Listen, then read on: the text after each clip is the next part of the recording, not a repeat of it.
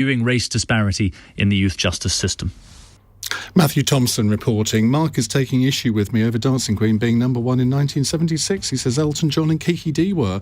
No, they weren't. Dancing Queen got to number one on the 31st of August, 1976. Don't take issue with my ABBA knowledge.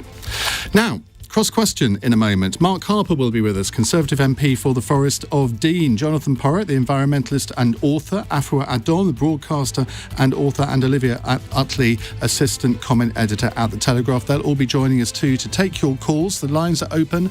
0345 6060 973 is the number to call. Watch us on Global Player on the LBC website at lbc.co.uk or the LBC YouTube, Facebook or Twitter feeds. That's coming up right now.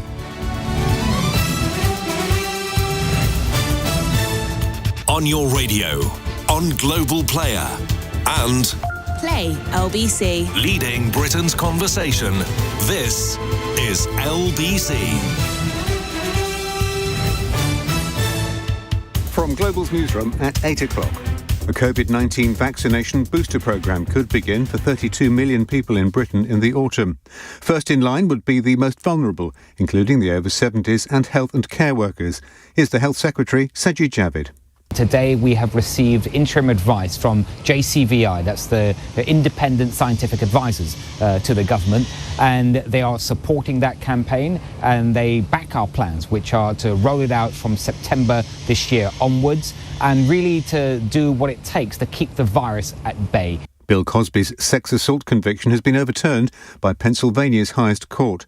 The 83-year-old comic has served more than 2 years in prison after being found guilty in 2018. The UK and the European Union have agreed to extend a grace period, allowing chilled meats to be sent from Great Britain to Northern Ireland until September the 30th. The deal avoids a trade dispute that's become known as a sausage war. England fans have been urged not to travel to Rome to watch the Euro 2020 quarter-final clash with Ukraine at the weekend because of coronavirus restrictions. But supporters living in Italy will be allowed to buy tickets through the UEFA website. In the city, the FTSE 100 closed down 50 points at 70.37. The pound buys $1.38 and €1.16. LBC weather, most areas dry with clear spells overnight. A little rain at times for parts of eastern England, a low of 7. Tomorrow, fine and dry with warm sunny spells for most parts, highs of 23 degrees. From Global's newsroom for LBC, I'm Andy Ivy. This is LBC from Global. Leading Britain's conversation. Cross Question with Iain Dale. Hello, a very good evening to you. It's Wednesday, it's 2 minutes past 8 on LBC. That means it's time for Cross Question. Let me introduce my panel to you. Mark Harper is Conservative MP for the Forest of Dean and chairs the Conservatives' COVID Recovery Group. Jonathan Porritt is an environmentalist and best-selling author. Last time I talked to you, Jonathan, you had a new book out. It's on the Book Club podcast. Afua Adom is a broadcaster and author, and Olivia Utley, assistant comment editor at The Telegraph. They are here to take your questions. 0345 6060 973. You can text your question to 84850 as well if you'd like to. And you can watch us on Global Player, on the LBC website at lbc.co.uk or the LBC YouTube, Facebook and Twitter feeds. Call 0345 6060 973. Tweet at LBC. Text 84850. Cross Question with Iain Dale. This is LBC. Let's go to our first question. It's Andy in Bedford. Hello, Andy. Hello. Hi, what would you like to ask? Okay, so following 6 unanswered questions today in Parliament and a very insulted Essex family, is our current Prime Minister out of his depth? Is our Prime Minister out of his depth? Well, what a question to start off with first, Mark Harper. I imagine you were going to say yes. No, well, look, I think on the questions today that Keir Starmer asked, I think that there are some questions I think that do need answering about what happened last week. And I think it would be helpful if the Prime Minister set those out. I mean, my experience of this is that when a minister is in difficulty, normally the Prime Minister asks for a senior official to go and talk to them, get all the information, and gives the Prime Minister a full report so that the Prime Minister can then make a decision. Now, I don't know. I'm not in government at the moment. I haven't been for some time. I don't know what information the Prime Minister's had. My own view is I think it would be helpful if we all knew the answers to the important questions. Why does he insist on calling black white when it's quite clear that Matt Hancock did resign, and yet he's trying to make out that he sacked him? Well, it's clear he resigned, because I think I looked at the exchange of letters, and the Prime Minister's own reply said that he'd resigned and he was sorry to get the reply. And my view on these things, I think he should just say that. I don't think there's a problem with saying that. But I think we should know what some of the answers to the questions are. I think there are still unanswered questions, and the Prime Minister, I would think, knows the answer to the questions if that detailed piece of work was done. And I think it would be helpful for the Prime Minister if he just set them out and told people what had actually happened, all the facts, and then we could move on and focus on. Actually, what I welcome is I think the Prime Minister made a fantastic appointment in Sajid Javid. I welcomed that in the House of Commons on Monday. He's a man of real integrity. I think he's certainly looking like he wants to release the restrictions on the 19th of July, which, obviously, from your introduction this evening as chairing the COVID recovery group, I would welcome. And I think if we were to focus on that and our fantastic vaccine rollout, put these unanswered questions to one side, I think we'd be in a really good position. So I hope that's what the Prime Minister does in the coming days. Afua, apologies for mispronouncing your name earlier on. It's because my good friend Afua Hirsch, so I assumed you were pronounced the same. Apologies for that. Don't worry. What's your answer to Andy's question? I think at this point, the Prime Minister is out of his depth. I do agree. I think 6 unanswered questions in Parliament at P&Qs is frankly far too many. I think the delay in sacking Matt Hancock, and I believe Matt Hancock should have been sacked. He shouldn't have been allowed to slope away on his own terms in front of his garden hedge on Saturday night when he decided enough was enough. I think there was a real opportunity for Boris Johnson to take control and say, look, what we're not going to do is have someone who's consistently undermining the government, and have people in government who are undermining the rules that we are all being forced to follow, no matter what else Matt Hancock has or has not done. I think Boris Johnson has been out of his depth for a while. I think that has been proven. And I think, I don't know what it's going to take for Boris Johnson to get a grip on the situation. I feel like everyone around him, seems to be trying to do their job, but everybody seems to be out of depth, certainly. Again, it was an opportunity for Boris Johnson to take control. He didn't do that. Again, it looks like the government are floundering and reacting to the people. And yes, the government do govern the people, but they work for us. And they aren't really showing that at the moment. Let me put a counter to that and see what you think of this. Any Prime Minister has to weigh up when one of their ministers is in trouble, whether it's a sex scandal, a financial scandal, whatever, or just total incompetence. The Prime Minister surely has to weigh up, well, do I get rid of this person as soon as possible, and that will go down well with a certain group of people?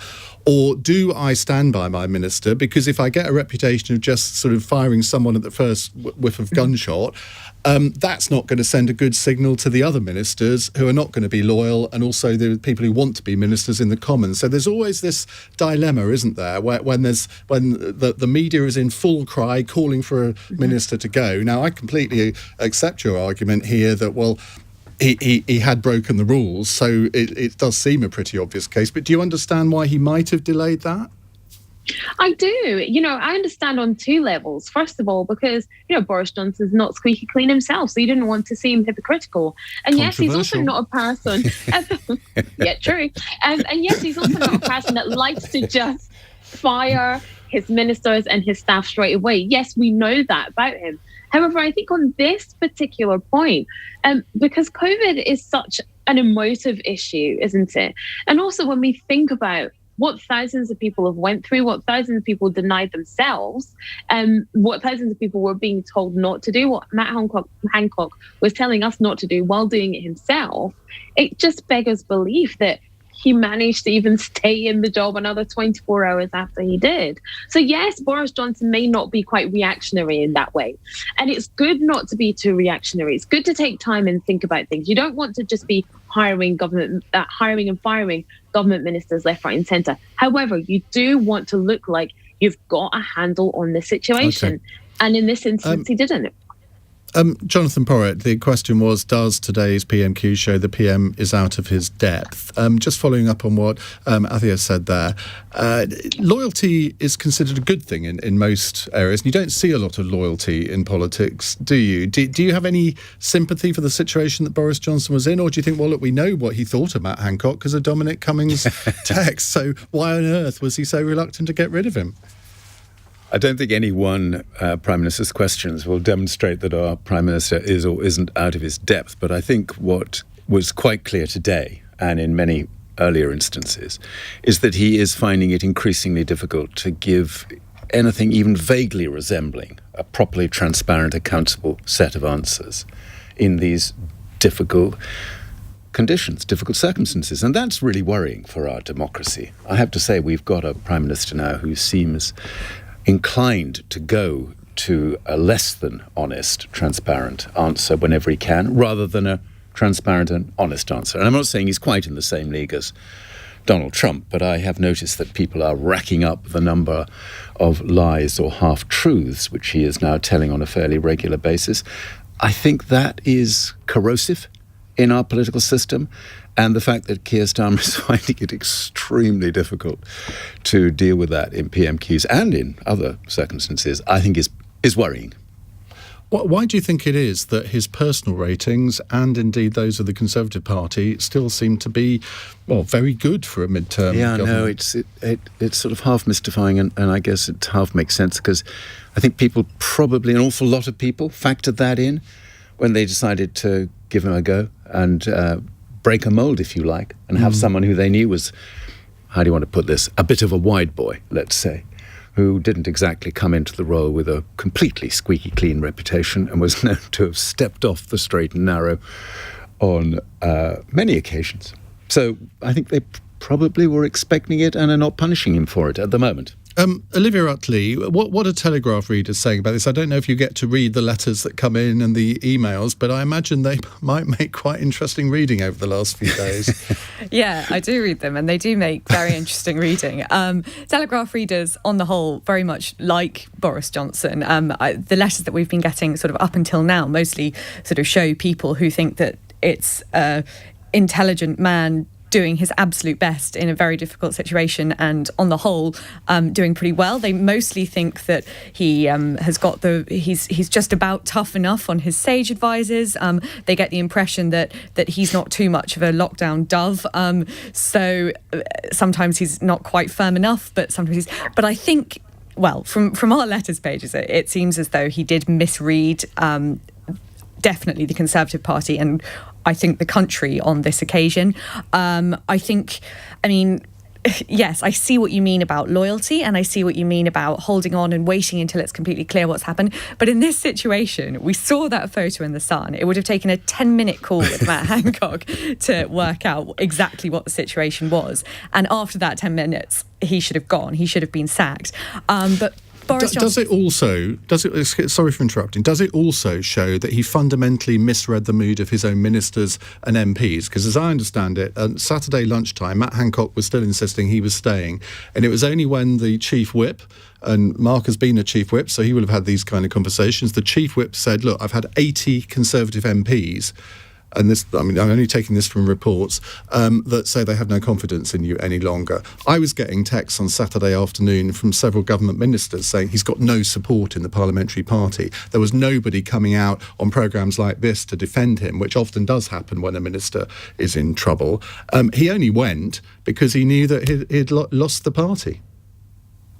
Yeah, absolutely. That's exactly what happened, and it was just so obviously completely indefensible, and it sort of shows a Prime Minister who's I think normally Boris is so good at reading the country, and we know that he's been sort of obsessed with focus groups. Some say, to a fault. Some say he doesn't have that many ideals. He just sort of goes with what the country's saying, and that's what him and Dominic Cummings have been criticised for. But on this occasion, you would just expect him to have a sort of sense of what the country was feeling. And I think the other thing which was slightly overlooked was obviously people were absolutely infuriated with the hypocrisy and all these people who were coming out to say they weren't able to go to their own, grandmother's funeral, weren't able to get married, all of the impossible things that we've had to do over the past year and a half while Matt Hancock's doing this. That's awful. But the other thing is, particularly in the Conservative Party, people still have, traditional Conservative family values. And just the fact that Matt Hancock had cheated on his wife in a particularly kind of awful way, and there was all this reports of him being a love match with her, and he was leaving her to be with his sort of mistress 15 years. It's also distasteful to Conservative members, to Telegraph readers, to the Conservative Party. And I think that was the hand on the bum that did it. Yeah, exactly. Wasn't it? I don't think it's just distasteful to Telegraph readers. It's distasteful to everyone. No, absolutely. Just the traditional values. Rent free in my head, and it's not good. I don't know about you, but I started watching the video and I switched it off. I was just shuddering with embarrassment. Mark Harper, give us an insight to what it's like being chief whip in this kind of situation. I mean, did you have to? I can't remember whether there were sort of lots of resignations that you had to deal with. We didn't have anything quite like this, but I mean, I think you've set it out well. I don't know the facts in this particular case. I only know what I've read as you have, but it's the chief whip's job to listen to what the parliamentary party is saying and ministerial colleagues and communicate that to the Prime Minister, whether or not the Prime Minister wants to hear it. And as I said, I agree with Olivia in the sense that, and I think what you suggested to Athea in terms of not jumping on what the media says. So I think it was right for the Prime Minister to not just go, I've seen something in the Sun, you're fired. Yeah. But that's where he should get the information. There are processes in government when you do that, get the full facts, and then make a decision. And it shouldn't be, by the way, based on polling and what you think people think. It should be on what you think the right thing is. And you set the right standards, take the right decision, and then you account for it. And what was the worst truth that you had to tell David Cameron? That will remain between me and David Cameron. I had to try, didn't I? Come on, I had to try. Andy, very quickly from you, you clearly think that he is out of his depth. Very much so. I was listening to it today, and first of all, the first question about why wasn't he sacked on the Friday, and the answer came back: vaccinations. And secondly, the question about which wasn't touched on by any of your panel members, the third question I believe it was that Keir Starmer came up with about the poor lad in Essex that's died and couldn't see his family. That was referred to as something from the Westminster bubble. Now, I am a geography teacher, actually, but at the end of the day, I can tell that Essex is nowhere near Westminster, and I just it is when I'm in Westminster. I come from Essex. It's just sort of really sort of coming into the idea. It's the same stock answers we're getting all of the time, just this bluster, and it doesn't actually say anything. All it does is cause a load of baying Tory backbenchers to shout as they were doing today, and it just doesn't do the process any good. Andy, thank you very much for your question. Roger says, Iain, love what Olivia is saying. I'm her biggest fan. ! Olivia, I'm not sure what to make of that. We'll take more of your questions in a moment. 0345 6060 973. It's 17 minutes past 8. This is LBC. Hey,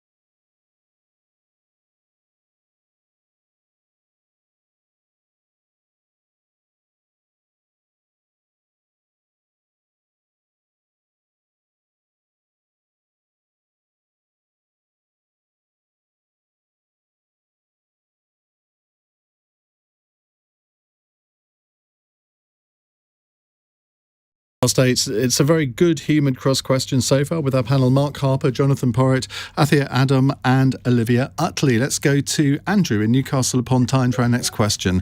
Andrew, hi, what would you like to ask? Hello. I'm just wondering, the question would be, does the panel think vaccine passports are the way out of the pandemic? Afua, Adom. That's a really good question. The vaccine passports is a tricky one for me personally. Now, I think when it comes to international travel, having some sort of certification that says that you've been double vaccinated and can travel will be a necessity. Now, I think that's something that we've had for years when it comes to, I'm from Ghana. So when going to Ghana and coming back, you have to have a yellow fever vaccine certificate or, for the other vaccines that you need to travel to that part of the world. So I think having a COVID-19 vaccination passport for international travel certainly would be acceptable. Now, to have it for something like going into a pub or a theatre or the cinema, for me personally, I think would be a bit more problematic. Now, we're at a stage now where, although we have, millions of vaccines delivered, you still have lots of people who haven't had their first shot because, the vaccine centres are really, really busy because they're waiting in line. And there's lots of people that haven't had their second shot. So I think until we're on a level playing field where everybody at least has been offered at least one vaccine, and it's up to them whether they want to have it or not, I think, we can't really bring in any sort of vaccine passport certification for venues, for football stadiums, for things like that. Going down the road in the future, perhaps going to like a huge venue, it might be a good idea to have something like that. But then, it's all about big data. Could this infringe on our civil liberties? I think it's a really, really tricky question. So I would say for international travel, certainly, I think a COVID-19 vaccine passport is a good idea. For entering venues, football stadiums, I'm not quite sure yet.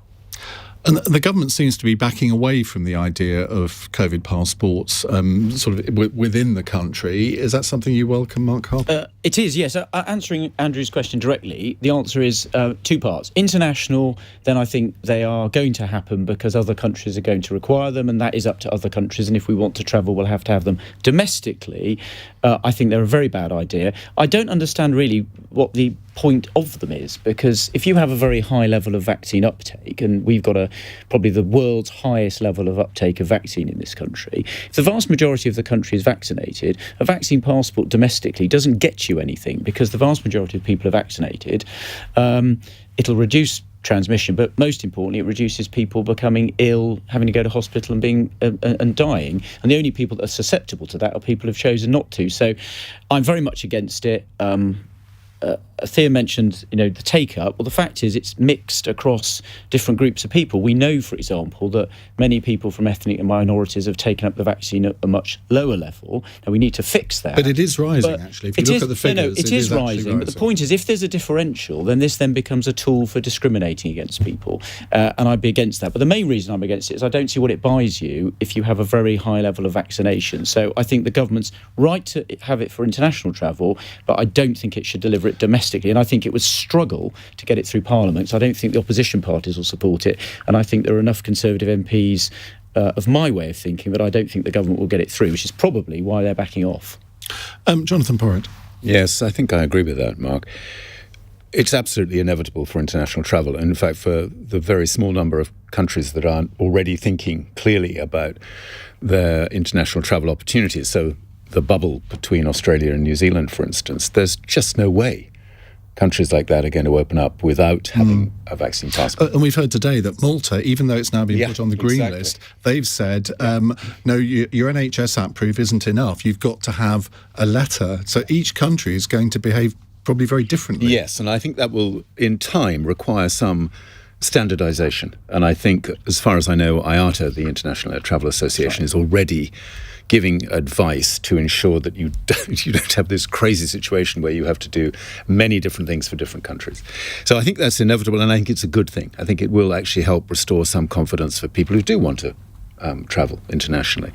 Here in the UK, I'm pretty much of the same opinion. I'd much rather that we double down on this whole story about maximising the uptake of the vaccines. I think that's really critical. I think in those circumstances where we're looking at a slightly different issue, which is will people have to demonstrate that they've been vaccinated, have had a double jab to do a certain job, that's a different question and possibly more controversial, but one that I feel is going to come anyway.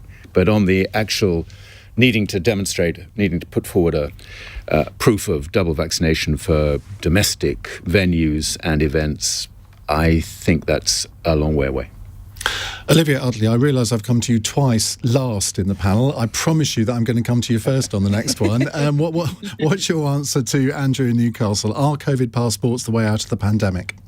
I agree with everything Mark said. I don't really see what they're supposed to achieve. We've got huge levels of vaccine take-up already. I also don't particularly like the idea of people being sort of coerced into taking it in that way. Obviously, I think the vaccine is a very good thing, but there are some people who have questions about it, and instead of just sort of telling them that they're not allowed to answer their questions or shouting that they're an anti-vaxxer and telling them, well, you've got to have the jab or you can't go to the pub, we should be answering those questions. I don't think this sort of bribing people into getting the vaccine is the right thing to do. I also think it raises, prospect of vaccine passports raises sort of problem for families, because yes, most people have now got their first jab, or at least been offered their first jab. We'll be getting our second jabs quite soon, but children haven't yet got the jab, and there are obviously huge ethical questions about giving jabs to children who aren't really at risk from it at all and who aren't able to give their consent to get the jab. And you know what happens to families if you bring in vaccine passports at domestic events? Just to play devil's advocate on this, there are lots of jabs that children have that they don't make informed choices. Their parents make those choices for them. Why would this be different? Well, because COVID isn't a risk to, mumps, measles, etc. are risks to children. COVID just really isn't a risk to children. So it would be children getting it for the sake of keeping adults safe. I mean, we might decide that that's what we want to do as a country, but personally, I don't think we should. And until we've made that decision that children should get jabs, then I just don't think vaccine passports work because, a family of 4, how would you go to the theatre if you've got to have a vaccine passport and your kids can't have it? I think it's sort of segregating children in a very unfair way. And, well, we've got a Telegraph campaign going on this at the moment, so I've been reading a lot about just how badly children have been treated throughout this whole pandemic. It just seems to be another way that families aren't really being thought of. So that's my big worry. And the main thing is, I don't see what they buy. So no, I don't think domestic passports are the way out of this. So basically, you all agree. Yeah. So this is another episode of Don't Get Very Cross Questions. Yes. Andrew, what's your view? I suppose internationally I suppose I agree with you because I disagree with having... I can't say for international because, I think it is inevitable with so many different countries and everybody got to try and find a common ground, really. So they're going to find that in a vaccine passport. But, like, domestically, I was just... I was the situation with Wimbledon where you've got either a double jab person or somebody that isn't double jabbed has to test negative, but surely the double jab can pass it on. Well, everyone can pass it on, can't they? That's the point, which a lot of people still don't seem to understand, that just because you've been vaccinated does not mean that A, you can't get it, and B, that you can't pass it on. It's just if you get it, you're very unlikely to be hospitalised. It's possible that you might be, but very, very unlikely. Andrew, thank you very much indeed for that. Angela, in reference to the previous question, says, you mentioned family traditional party voting. My family have been Tory for years. I voted Tory for years. After the botch-up of COVID, I will never vote Tory again. I have to say, one thing I've learned, and Mark, you probably think the same on this, I suspect, that at every election you hear people say, I'll never vote for X party again. Doesn't always turn out like that, does it? Because people tend to vote for the least worst option. No, that's true. But also, picking up Angela's point, I think what's a fair judgment on this is that most people think, certainly my experience in my constituency, that this has been an unprecedented situation. Of course the government's made mistakes, but anyone faced with this would have made mistakes. And I think given the way we're ending it with a fantastic vaccine rollout and a real bit of success there in protecting people. I think most people have judged that the government's handled it as well as anybody could have done, and I think most people are very fair about that. And yes, of course, they will point at all the things that have gone wrong, but I think if you look around the world, no country's got this entirely right.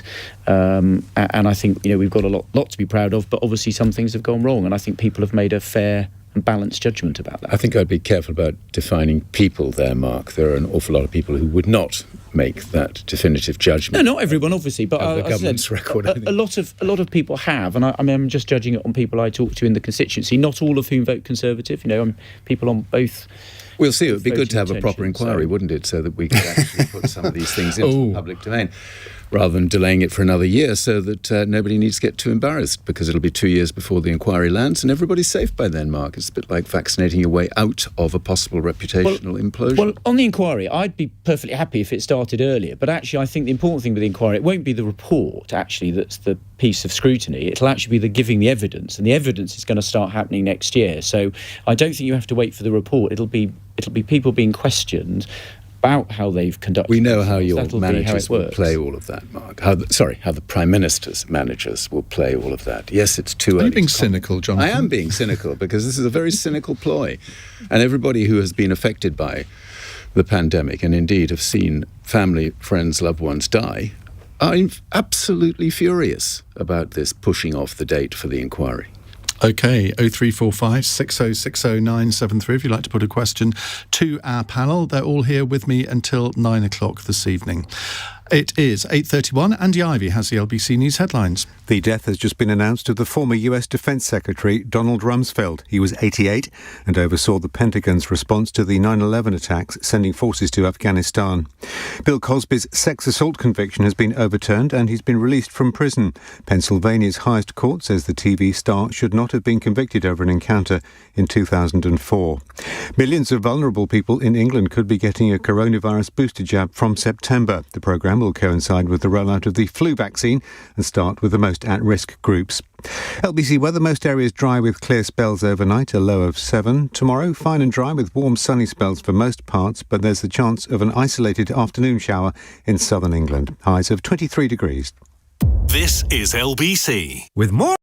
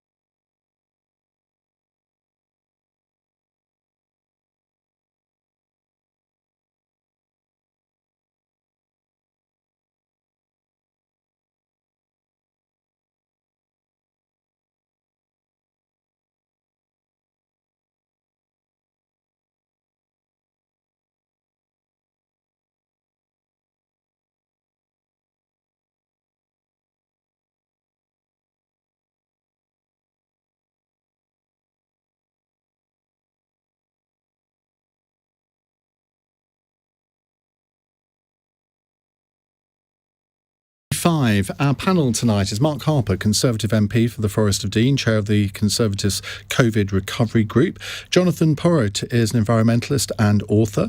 Afua Adom is a broadcaster and author. And Olivia Utley is assistant comment editor at The Telegraph. Let's go to Chris in Croydon. Hello, Chris. Oh, good evening. Hi. Well, good evening, panel. Yes, my question is this. Are the panel content to see the British population rise to 70 million plus, which seems to be the way we're heading? I'm especially interested to hear what Alison has to say about it, because I'm sure the Telegraph's stance on it is at variance with most of its readers. It's Olivia, actually, but I'm sure she'll be very interested. So, population growth. Olivia, what's your response to the question? I knew you'd come to me on a tricky one first. Well, I did promise to. Thanks. Population growth.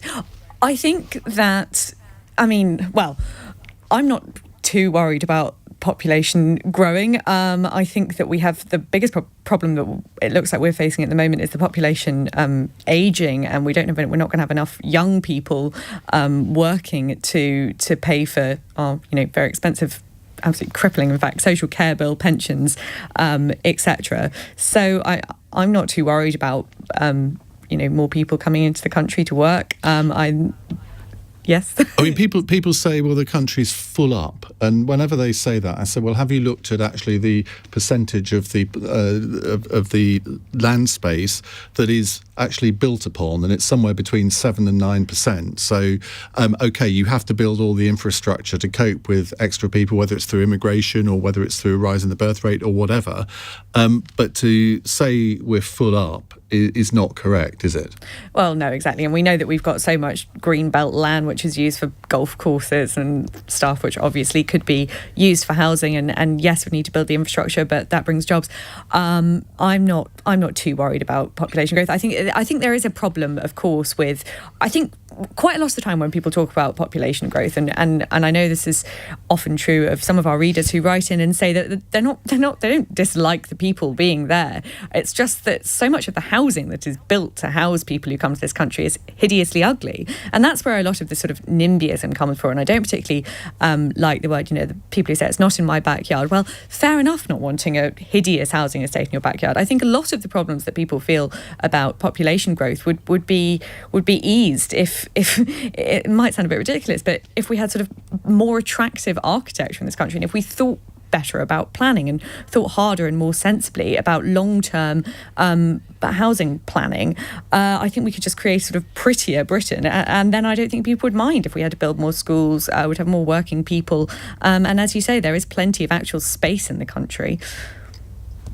Jonathan Porritt, this is actually an environmental question, isn't it, in many ways? Because if we control population growth, not particularly in this country, but throughout the world, then the resources that we all have to use to exist are not going to be depleted as fast as they are at the moment.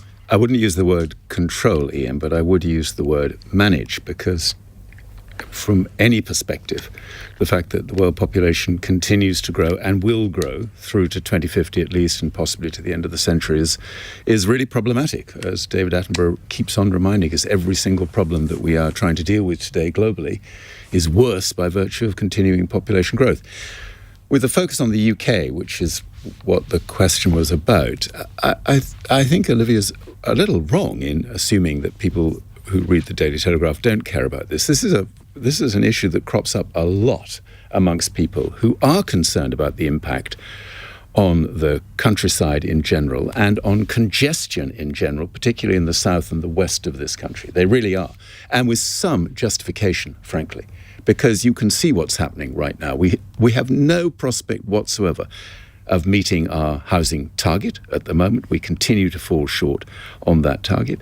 And the reason for that is that a lot of local communities are very leery indeed about being told what to do by central government, as in the new planning bill, because they can see the impact this has. It's not just the houses. You sort of hinted at this, Olivia. It's it's absolutely not just the house, it's the whole infrastructure that then comes with it. It's the interconnectivity through travel, it's the utilities that you need to install, it's the services as in hospitals and education. And in those parts of the country which are feeling congested, it's a major issue. The story that what we should really be concerned about is that we're going to have too few young people because we've got so many old people who will need looking after. Honestly, that is the equivalent of some kind of demographic Ponzi scheme, because you'll go on arguing that forever and a day. And the truth is that older people are able to work much longer. We will actually probably need far fewer people in the active workforce anyway. I'm not sure that's a good thing, by the way, but we will because of the impact of automation and technology. So this is a bit of a scare story that is drummed up by people who don't really want to look at the demographic challenge. Afua. I think when we talk about overpopulation, the things that concerns me, like Olivia picked up on, is adequate housing, and adequate schooling and adequate infrastructure. Now, I think it's much more than housing being prettier. Housing being pretty is, fine, but let's have housing that's adequate, that isn't damp, that isn't keeping people mired in poverty. I think that's more important than having pretty housing or pretty schools. Let's have schools and housing that works. So when we're talking about overpopulation, that's what concerns me. And also about sustainability, that concerns me also. If we are going to move towards, more sustainable travel, more sustainable movement of freight, we have to be more inventive when it comes to our last mile travel, things like scooters and bikes, and that takes infrastructure. If we're going to implement AI when it comes to freight, when it comes to global freight, to make that more sustainable as well, then we have to implement that infrastructure, and we need money to be put towards that sustainability. We've set 2030 and 2050 sustainable development goals. We're completely off target for all of those at the moment, and I think that's supremely important. Mark Harper. Well, I think Chris's question really is driving at our immigration policy, because that's what will largely drive population growth. We're not seeing a lot of population growth through natural growth. And I think it's helpful we've left the European Union, because I think that means we've got complete control. We can make the decisions about who comes to Britain. I think it means we need to make those decisions based on their contribution to the economy, because I think they need to be able to generate the wealth to invest in the infrastructure, invest in the housing. But it also goes to what the government's trying to do with the levelling up agenda, because one of the problems over the last few years is that much of the population growth has been concentrated. In fact, I agree with Jonathan on this, into London and the South East. It's one of the reasons why the housing problem in London and the South East is very extensive, because that's where a lot of the immigration. And it's actually interesting, according to figures out yesterday, that house prices have risen by 13 to 17% in all of the country apart from London. Yeah, and it's because over the last year, I think I'm right in saying quite a lot of the population's disappeared, because a lot of people who moved here from the European Union, for example, working in hospitality, for example, have left the country. So the levelling up agenda is about having economic growth more evenly distributed across the whole UK, which means that you spread the impact of that population growth more widely, and you get housing across the country. Now, one of the objectives of the planning reforms, and we'll have a debate about, and Jonathan didn't sound terribly keen on them, but one of the objectives, and I know lots of my colleagues are concerned about, but one of the objectives is to try and spread that economic growth more evenly across the country, build houses in the right places, and we'll obviously have a debate in Parliament about whether we've got that spot on, but I think that is largely what's behind Chris's question, and he'll be able to tell us that in a moment. He will indeed, right now, actually. Chris, what is your main concern here? Oh, well, there was several, in fact. Firstly, much of our food is produced by unsustainable methods of agriculture and animal husbandry, and the imports will not be able to be guaranteed in the future owing to global warming, for a start. Another thing, putting in a new city is not just a dot on the map. A better analogy would be throwing a stone into a pond, and the ripples from that stone represent the demands placed on the environment by the inhabitants of that city. Look at it this way. You can get 80,000 people into Wembley Stadium, but every one of those people will require an area at least the size of the Wembley pitch to provide them with even the most basic standard of nourishment and food. OK, Chris, thank you very much indeed. More of your questions in a moment. It's 8:45. This is LBC.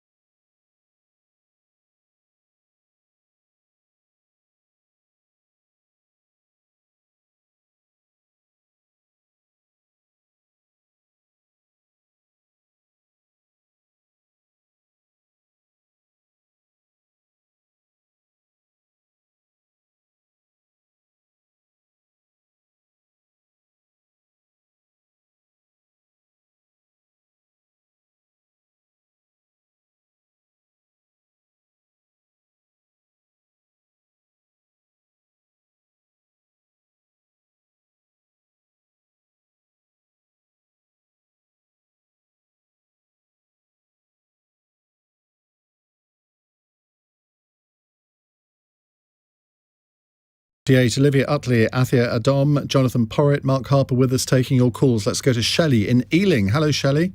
Hello, good evening, Iain and panellists. Thank you very much for taking my call. If I may ask the panel, please, to consider the role of the local authorities, which is really being missed, because most of the interaction that people have with government is at a local level. And yet all of these, the reason the contagion did not desist has been identified by Public Health England as one key reason being the inadequate accommodation, spare livable accommodation, not having that. And both these issues fall at the feet of local authorities, yet they're being ignored from the whole equation. We're all talking about how the government responded, which is right. We do need the public inquiry to learn the lessons.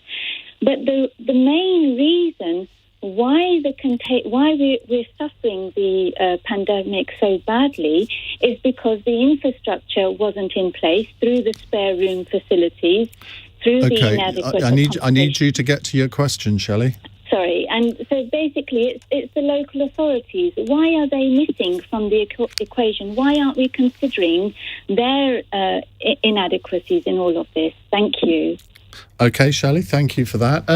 Jonathan Porritt, that's quite an interesting question, isn't it? Because politicians from all parties extol the virtues of localism, but very few of them seem to live up to it.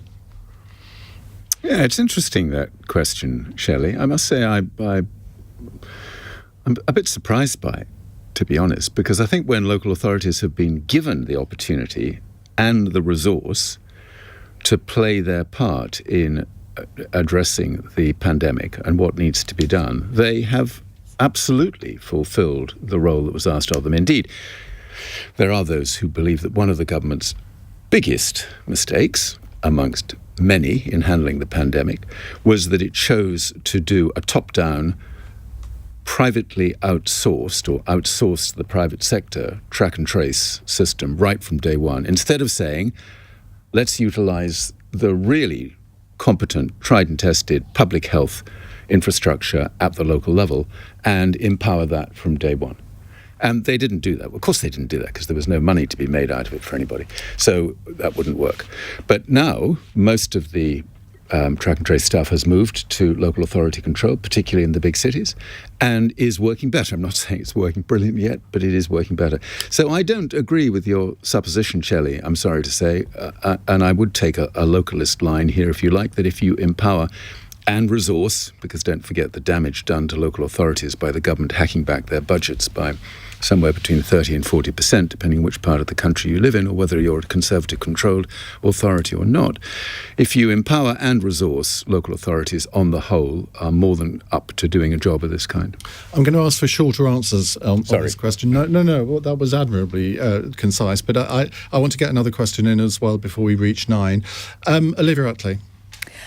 Yeah, I think I agree with most of what Jonathan says. I think quite a lot of the problem has been that local authorities haven't really been empowered to do their job right. Although I do think it is sort of interesting how much we do overlook the role of local authorities in our lives in general. I mean, I used to work in Parliament and so many people would write in with questions for their MP which actually could only be answered by a local councillor, and they just didn't understand that was the case. And I don't think many people do understand that in lots of ways councillors have much more power than MPs, and I think that is a problem, and that we should be more aware as a country of how much the local authorities matter. And then I think perhaps voting would go up in local elections, which might make a difference to the quality of our local authorities.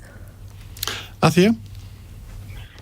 I think I disagree with the caller on this one. I think, and maybe this is just my area, but I think the response of the local authority through the pandemic has actually been pretty good, on a really, really local level. I'm talking about people that I know that work from the council that have door-to-door delivered food, or visited people that were vulnerable, or intervened in, domestic violence cases. So I think we're kind of maybe underestimating the power and the ability of local authorities in this case, and what can be done at a very, very local level. I think when it comes to the government's response, I think everybody needs to sort of step back and take a look at themselves and what has happened over the past 14, 15 months. But I have to say, I think I disagree. And I think that the local authorities have actually provided a sterling response under huge pressure and being vastly underfunded. Mark? Well, I agree with the role of local authorities. I think actually they have played a key role. Certainly as a local member of Parliament, our Gloucestershire County Council, we've got a fantastic Director of Public Health. She and her team have played a really key role in helping with testing, with giving people advice, working on local outbreaks. And we've also had that fantastic organisational thing of corralling a lot of volunteers who in the early stages were helping people who were isolating at home. So I actually think local authorities have been really important in this, working at local level with MPs and local community groups. So I think actually that's worked really well through the pandemic. Shelley, forgive me, I'm not going to come back to you purely because we're running out of time and I want to get one more question in. Thank you for your question. The next one's from Matt in Manchester. Matt, go ahead, please. Hi. Hi. I just wanted to ask, what's the rational next move for Labour when they inevitably lose in Batley? We could say if they lose in Batley, because I don't think that's a foregone conclusion at all. Now, we haven't got a Labour Party representative on the panel, unfortunately, this evening. Afua, let's come to you. I'm not saying that you are the next best thing to a Labour Party representative, don't get me wrong.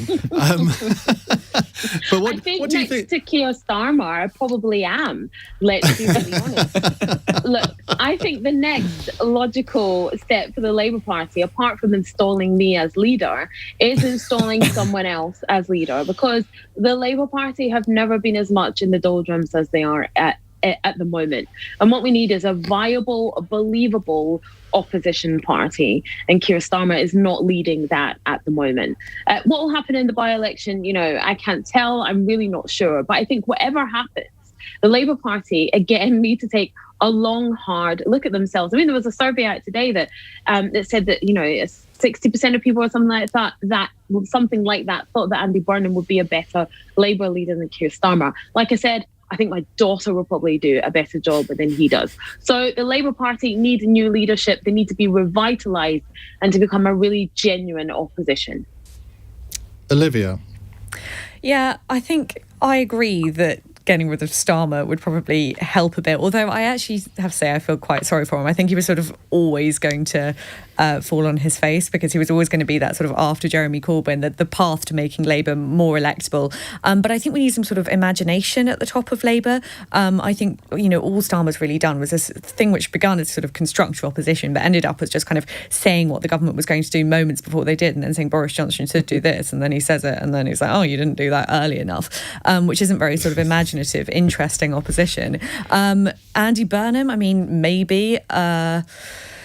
Yeah, it's a long path to Labour back to electability. I mean, a huge part of it, obviously, is going to be trying to get that blue wall back, and perhaps Burnham does have more authority there than another sort of Islington elite in the mould of Starmer, of Corbyn and then Starmer. Shouldn't people cut Keir Starmer a little bit of slack? He became leader at the beginning of a pandemic. Nobody could have expected him to release a manifesto of new policies through the pandemic. Isn't it lazy thinking, Mark Harper, just to say, oh, we'll get rid of the leader and everything will be transformed? I mean, your party's had quite a few goes at that over the years.